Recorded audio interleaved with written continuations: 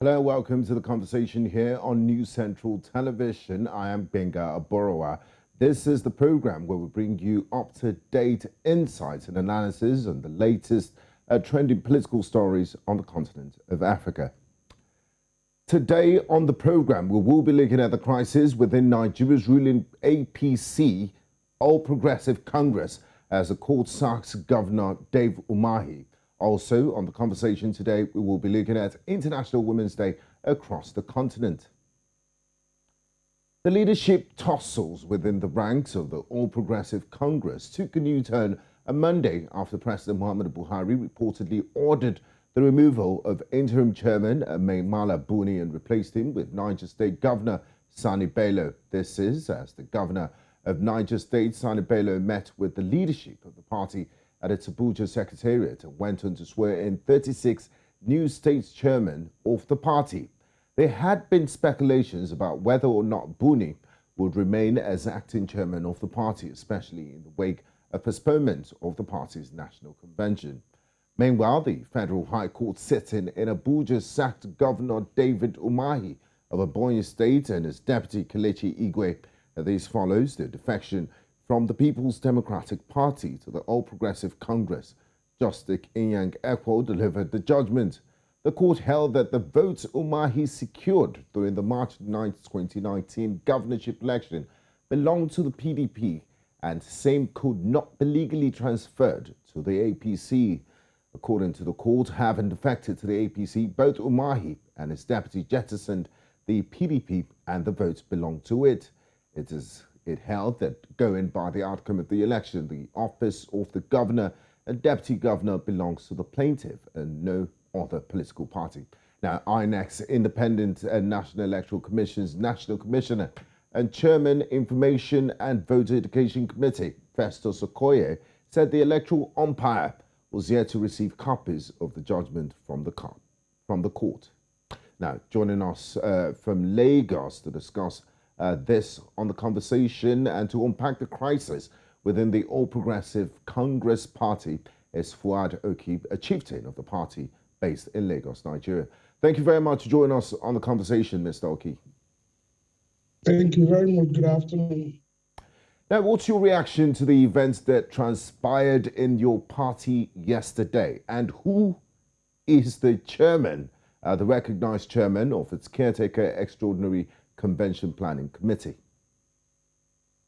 Well, for some of us that have been keen watchers and who have invested so much in wanting our party to be democratic in its internal process, we see it as coming a bit late, but it is expected. You cannot put nothing on something or something on nothing. Either we are unexpected to hold. My Malabuni and his co-sojourner, Akwan Udeude, have taken the party back, way back than Adams Oshiomhole did. About 2 weeks ago, I had an interview where I did say that, yes, Adams Oshiomhole was the caretaker that was engaged to kill the soul of our party, the All Progressives Congress. But my Malabuni, it's the man that was contracted to bury the physical structure of the party, which is who.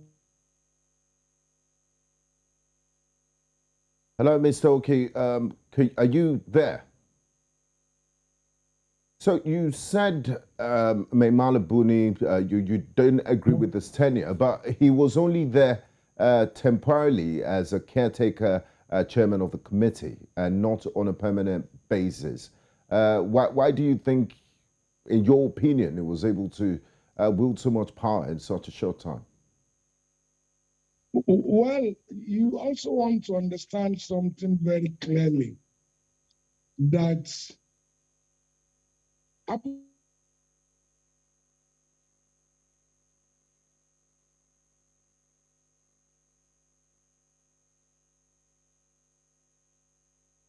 Hello, Mr. Oki, are you there? We seem to be experiencing some technical issues with your connection. But can you hear me, sir?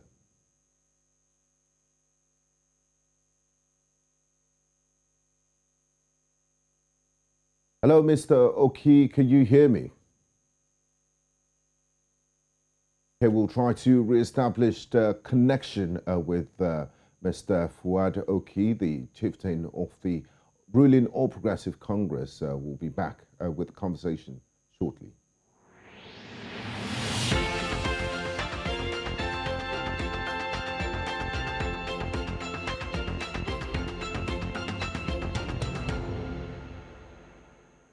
Welcome back to the conversation on News Central Television.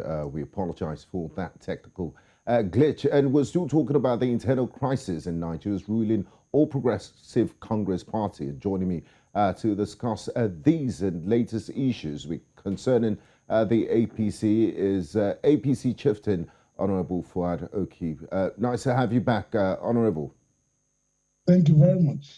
Now, Honorable, just in the first part of our conversation, you did mention that Governor Maimala Buni set back the party a lot. You weren't happy with his appointment. How was he able to do this in such a short time and in an acting capacity? Well, recall that as of last week, Governor Maimala Buni had spent about 21 months on the saddle for a job ordinarily that was expected to take him not more than 6 months. And because of where we were coming from with Adams Oshiomhole, everybody wanted peace, which is the cheapest thing anyway to seek. And because of that, you see, Governor Buni comes with a package that is totally unassuming. So people, wanted to trust and believe him. And it was like, he doesn't look brash. He let us allow him. Unknown to most party members that he equally have a hidden agenda. And that did not begin to come to fore until we started party membership registration. That we started seeing the other side of Buni. Unfortunately for Malam Buni, he equally, have as a co-sojourner Mr. Akman Udeude, whose track record should have pointed to us very clearly that we may be in for some unpleasant experiments. Now, I'm happy you mentioned Senator John. To linger for so long, it's not that we. Now, Honorable Oki, I'm happy you mentioned the person of Senator John James Akpa Uno-Edehe. He has debunked the reports that he resigned his position as the National Secretary of the ruling All Progressive Congress. How would you react to that, and what is the true nature of things?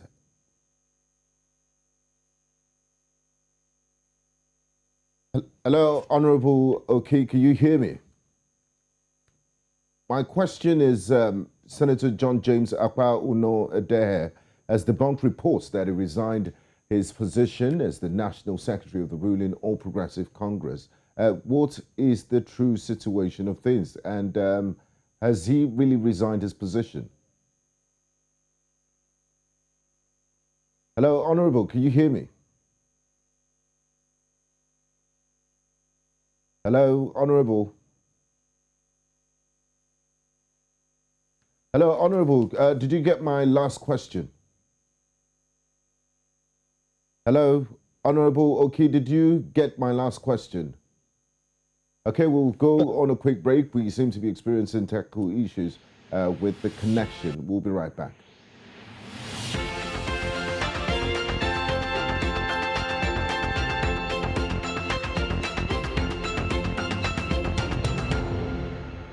You're welcome back to the conversation here on News Central Television, and I still have with me Honourable Fouad Oki, APC Chieftain.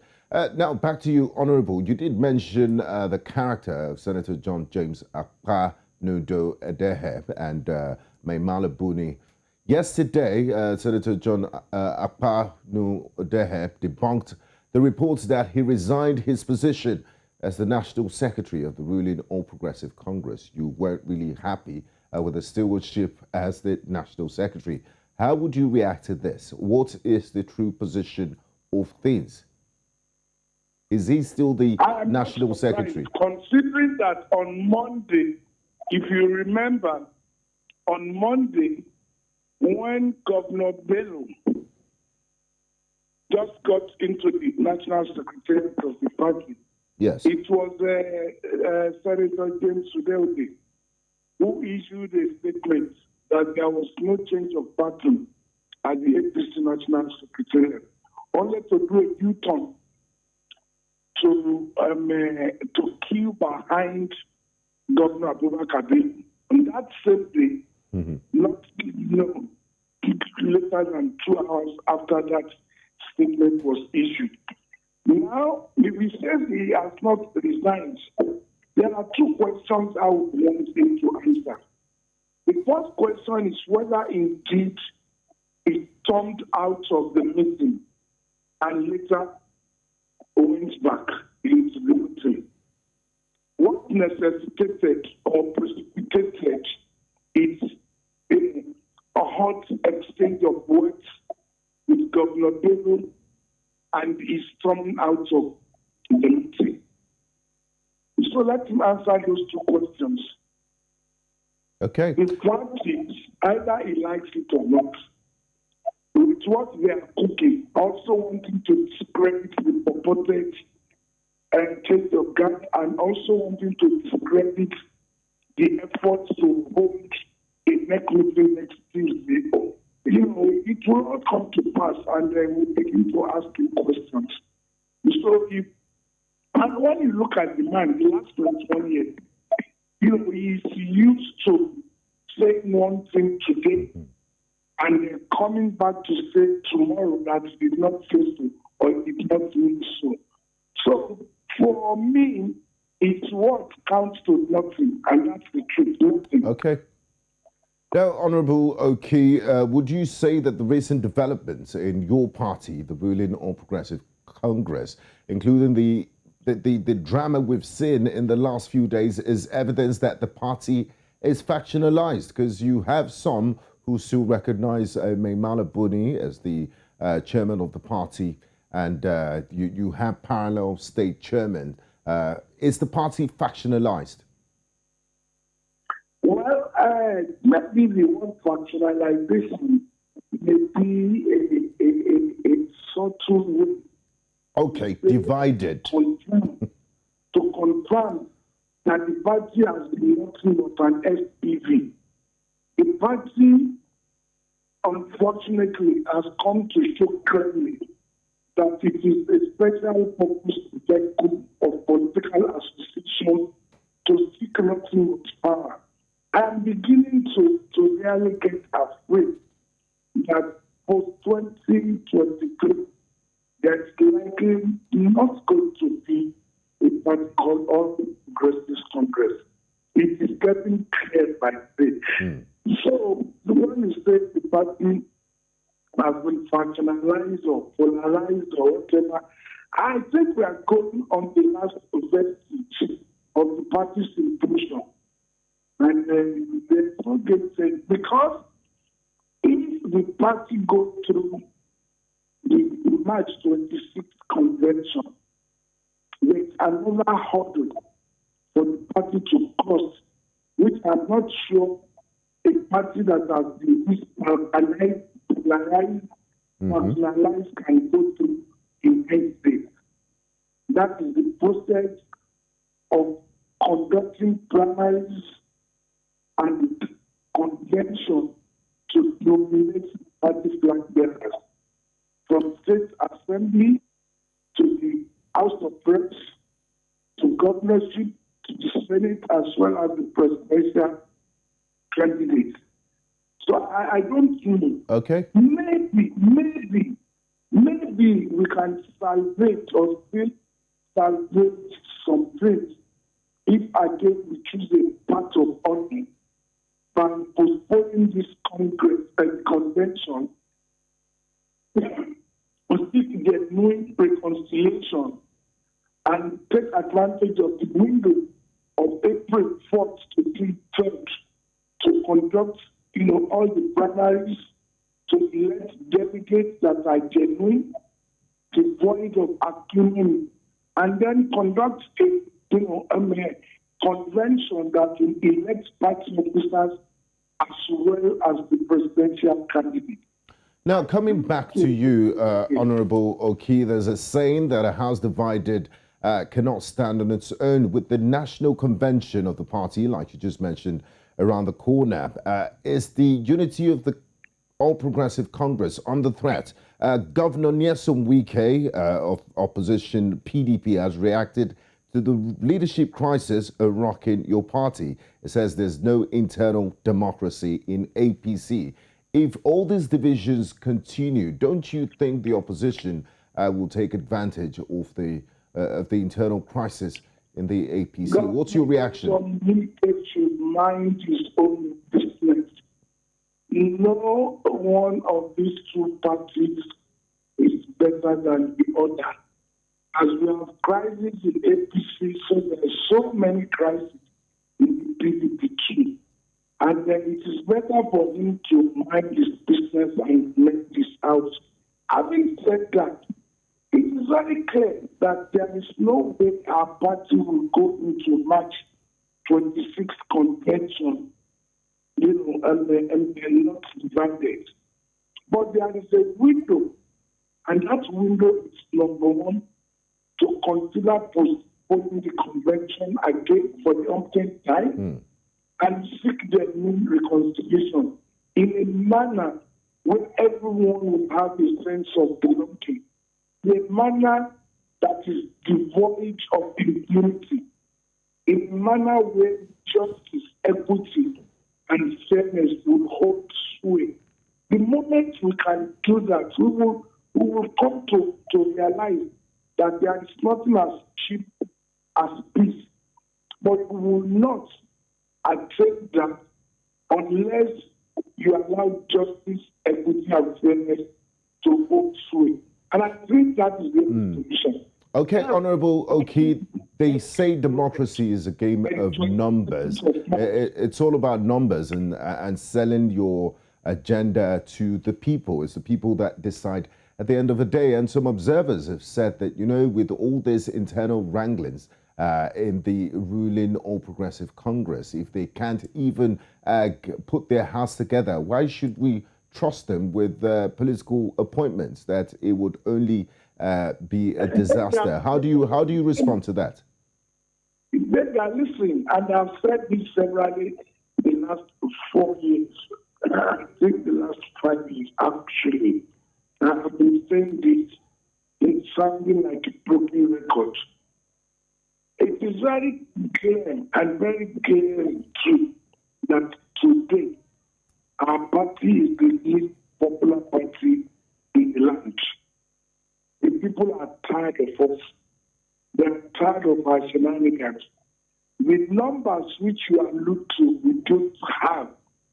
When you take Baba Buhari out of the number politics, no other person in the party today has that number that can give the party any victory. However, the window of opportunity for us to rekindle hope which Nigerians had in us in 2013, 2014, which gave us a victory in 2015, can still be gotten back if we come together dispassionately, if we come together wanting to do justice, equity, and fairness. Yes, Nigerians will give us that opportunity again. Do you think there's still room and time for genuine reconciliation? Absolutely. Absolutely. But anything otherwise would spell doom for the party. Hence, my statement that APC has shown clearly that it is nothing but an SPV to win election in 2015. Okay. I honestly don't see winning election in 2023 with the way we are composed as of this minute. Now, let's, Honourable Oki, let's move on to some other matters away from the internal crisis in the ruling All Progressive Congress. Yesterday, shocking news, a federal high court ruling removed the governor of Ebonyi State and his deputy, saying that they defected and the votes belong to the PDP, not to the APC, where it defected to. The governor has since come out to use an uncomplimentary language against the judge and said, you know, I'm still governor. What do you make of all of this? Let me start by saying that Section 221 of the Constitution of the Federal Republic of Nigeria, either as amended or as altered, is very clear. I have watched yesterday comments and opinions by jurists across the board on the merits or otherwise of that judgment. But I'm very sad. I am sad that the perceived injured person, Governor Umahi, has come out very irresponsibly in attacking his lordship who gave the judgment. I am deeply worried with this statement that they choose which judgment to obey. I think that statement, to say the least, portrayed dangers for us. Now, I am praying and I hope that at the end of the day, the judgment given by Justice Echo will be what the Supreme Court will interpret. You know why? The implication of that will be the evolution of democratic practice and ethos in a political way. A situation where somebody will wear the cap of Party A in the morning and by the evening, you'll see him wearing the cap of Party B as if nothing is wrong. It's an insult and assault on our collective sensibility. If you choose to leave the party that you have found yourself, for goodness sake, resign from that party, hand over their assets. You were elected on the basis of their sponsorship. Not any other way. So if you cannot carry their roles, onto another party to say, look at me, I'm carrying, a bed of roses with me, come down with me. No. So I am looking forward to the end of this quagmire, and I'm hoping and praying fervently that at the end of the day, Section 221 of the Constitution, as it relates to who owns the votes and who do not own the votes, will be cleared by the Supreme Court. Thank you very much, Honourable Oki. Like you said, it has the potential of being a landmark judgment, and it will definitely change the political landscape of Nigeria. We also will be monitoring the judgment and events as they unfold. I'd like to say a very big thank you to you, Honourable Fouad Oki, for sharing your time and insight with us on the subject. You have a nice day. Thank you very much for having me. Thank you very much. You're watching The Conversation here on News Central Television. We have been talking about the internal crisis in Nigeria's ruling All Progressive Congress Party. Now, it's time for us to switch gears and look at International Women's Day, removing barriers to gender equality as it concerns Africa. We'll go on a quick break, and when we return, we'll start this conversation.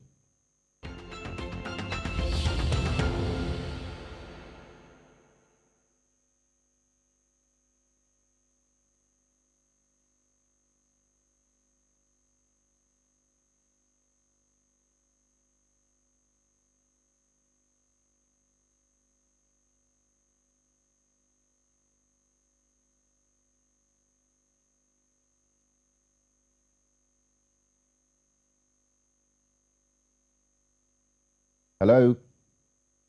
Hi, Sikhangele. Can you hear me? Hello, can you hear me? Hi, Sikhangele. Can you hear me? Evening. Hi, good evening. Can you hear me? Yes, I can hear you. Okay, please, how do I pronounce your name? Sikhangele. Sikhangele. Sikhangele. Yes. Are you Lala's sister? Sorry? Are you Lala's sister? Do you know Lala Ngwenya? Oh, she's New Central correspondent. Oh, yes, I know Ngwenya. Yeah. Are you related? Because you have the same surname. Okay, we'll start the conversation shortly.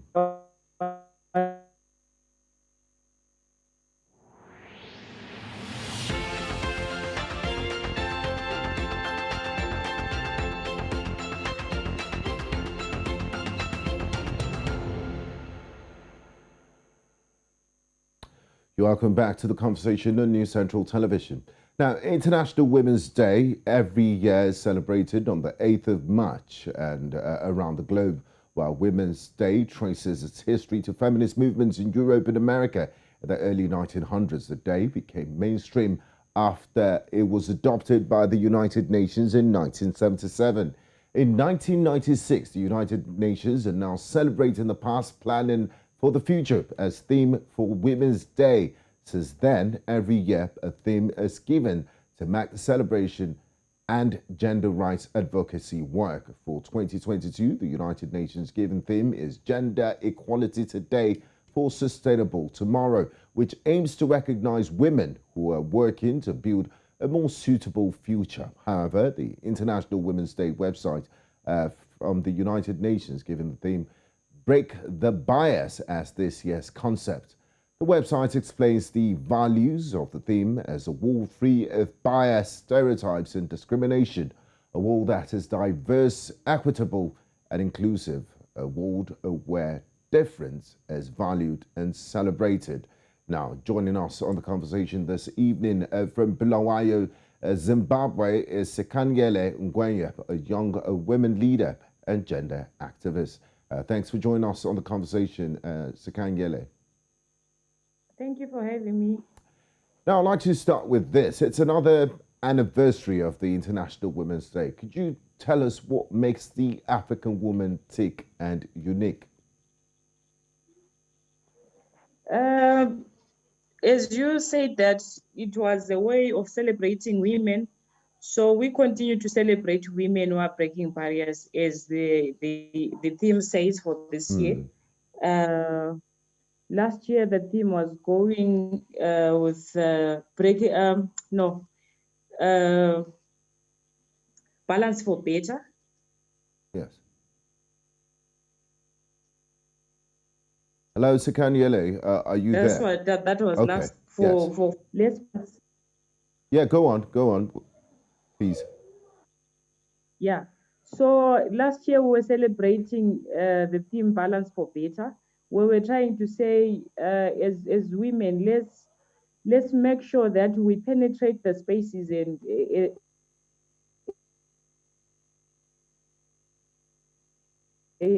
especially in leadership positions.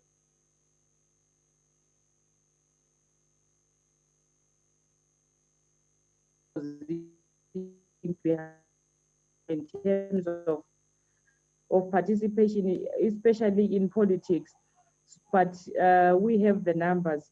So this year we are talking about as well. You know, the stereotypes that come with women who want to be leaders and the society not able to accept women as leaders, that we can actually lead. With examples like you see in Zimbabwe, where we're still lagging behind in terms of have been made in other countries in Africa. So we're still working on dismantling stereotypes who want to break the barriers or who are capable of providing more than what men can do.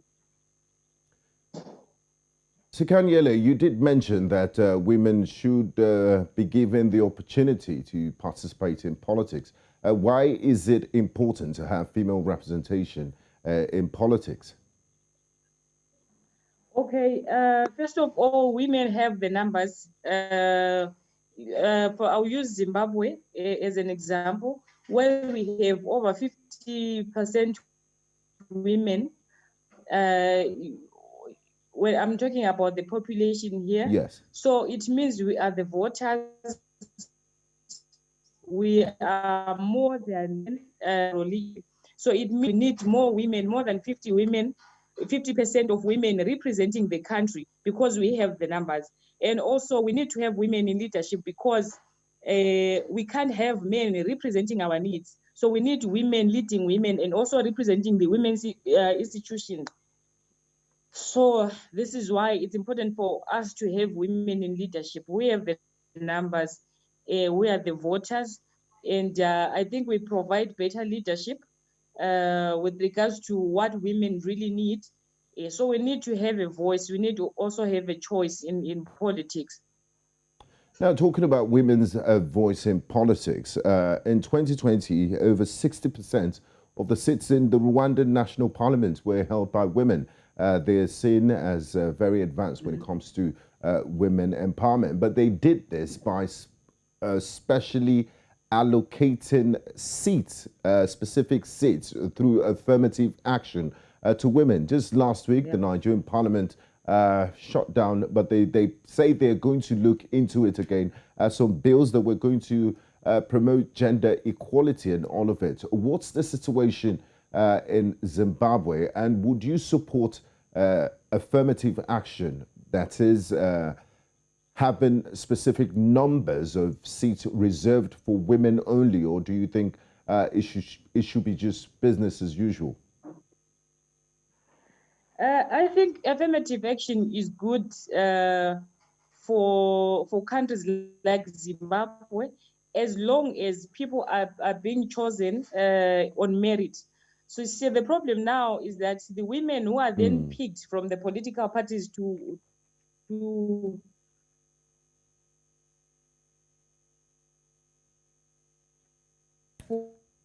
Hello, Sikhangele, are you there?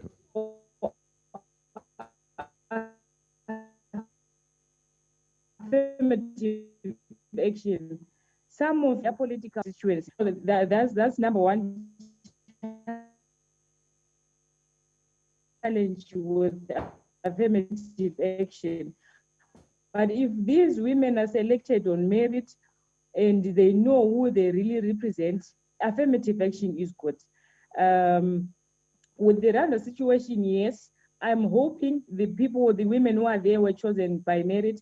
But with the progress that we see in Rwanda, I think they have done well. And even the selection, I want to believe that it's women who are capable, who are able to represent the other women in the country. So it's not the case with Zimbabwe, but with the progress that we are seeing in Rwanda, I think they're a good example.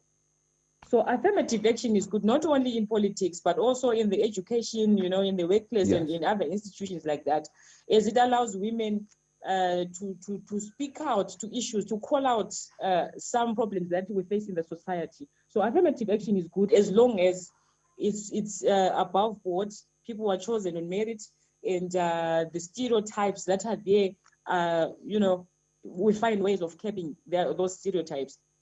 I like when you said they should be chosen on merit as a caveat, or not just because they're women. It's important to note that. Yeah. Now, equality in marriage, access to justice and political participation, protection of women in armed conflict and education training and healthcare are key to empowering women. What should individuals, civil society, NGOs be doing about this and ordinary people? Because when you mentioned women empowerment and gender equality, especially on the continent of Africa, people begin to get angsty that, you know, women want to be equal to men, they want to take over and all of that. How do we begin to have this conversation, and what can we do to ensure this?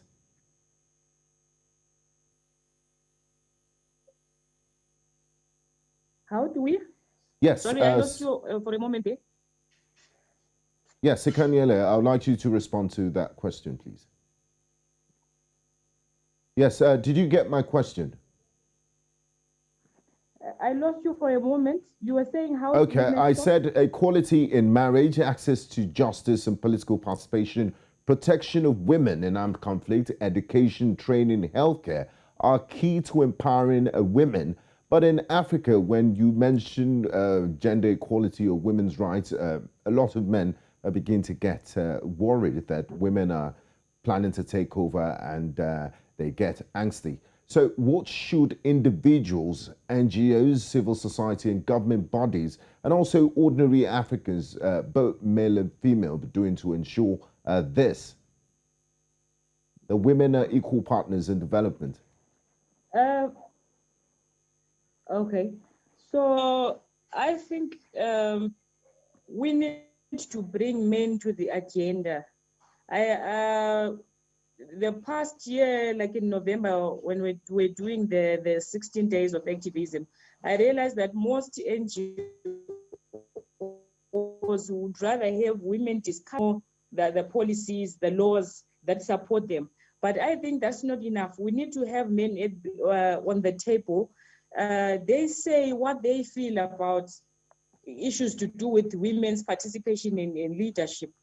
And we must also realize that men are part of, some men, not all of them, are part of the gatekeepers who enjoy the patriarchal culture where women are being controlled, told what to do, treated as property, as children and stuff like that. So we need to then have these men discuss and come up with solutions that are comfortable for everyone. And you realize that the moment you say you are a feminist, already you are being accused of Yes. fighting with men, hating men, and stuff like that. So we need to then dismantle and decolonialize, or probably, yeah, I think dismantle is the correct term, to say, let's come together, let's talk about equality, let's try to understand what equality means from grassroots level, not coming from some institution, UN or wherever, but let's try to define what equality means, what empowerment means. And having men at the table, I think it's very important, it's crucial, because we can try to empower women. As long as the men do not acknowledge that women can lead, then we're not scratching where it's itching. So we need to have men, we need to set the agenda right from the grassroots going up, not just have women as an isolated group trying to come up with solutions for the injustices that are happening. But we also need male champions, we need boy champions who are going to stand and say, this is what we think, how about we do this, how about we meet here. I think those are some of the strategies that we need to use when we are trying to achieve gender equality. So Women's Day, Women's Month should have men at the forefront leading and actually opening the doors for women. So men should be partners in removing barriers to gender equality, like you rightly said. Now, Sikhangele, just before we wrap things up, what's your message to the African girl child? What's your message to the young African watching and, you know, still feeling a lot of tensions and not living life to the full potentials because of patriarchy and looking into the future? What is your dream for the African woman and the girl child growing up? Yeah, so I think in order for us to come up with a way forward or come up with a strategy in terms of empowering women, we need to trace where we lost it, and before we get to where we want to go. So I realized that in the past elections in Zimbabwe in 2018, we have young women, plenty of young women who were trying to occupy these positions of power.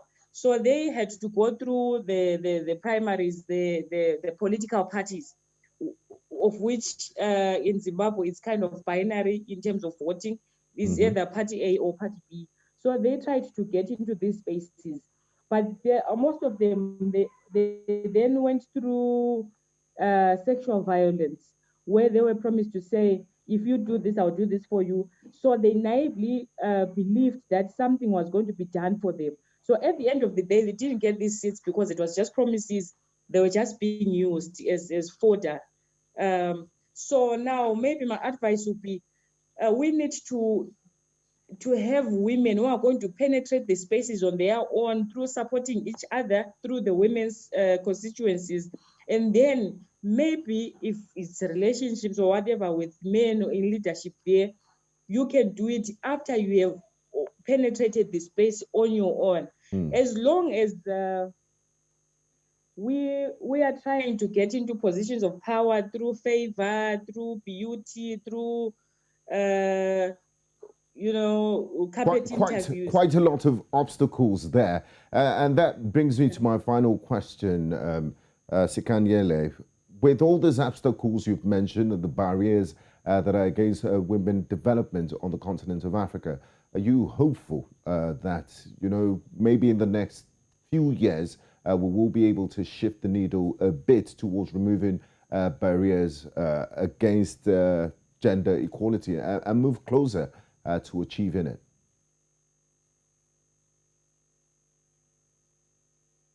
Are you hopeful for the future? Keep on pushing as long as we keep the fire burning within ourselves. For example, you see what happened with Tanzania. People were now stereotyping the president. You remember the Tanzanian president? President Samia Suluhu So Hassan. there were photos circulating. Yes. So there were stories circulating that she still has to kneel for the husband and stuff like that. So we need to push the agenda and teach our society to separate private and public lives of women, and not to bring issues of private in order to discredit women, because that's what society has been doing over the years. So we need to just push towards that direction to say, no, let us treat women, as leaders. No bringing on private or matters. Let's separate the two things. So we just need to keep pushing. I think it's possible. Okay. Thank you very much. And on that positive note, I would like to say a very big thank you to you, Sikhangele and Ngwenya, for joining us live from Bulawayo, Zimbabwe. And wish all the African women a happy International Women's Day. Thanks for sharing your insights with us. Thank you. Yes, and that's it on the conversation today. We had been talking about the internal crisis and the APC in the first half with the Honourable Fouad, and just got off the chat with Sikhangele Ngwenya, a young women leader and gender activist in Zimbabwe. That's how much we can take on today's conversation. Remember to join us on Friday for another edition of The Conversation. I'm Gbenga Aborowa. Bye-bye.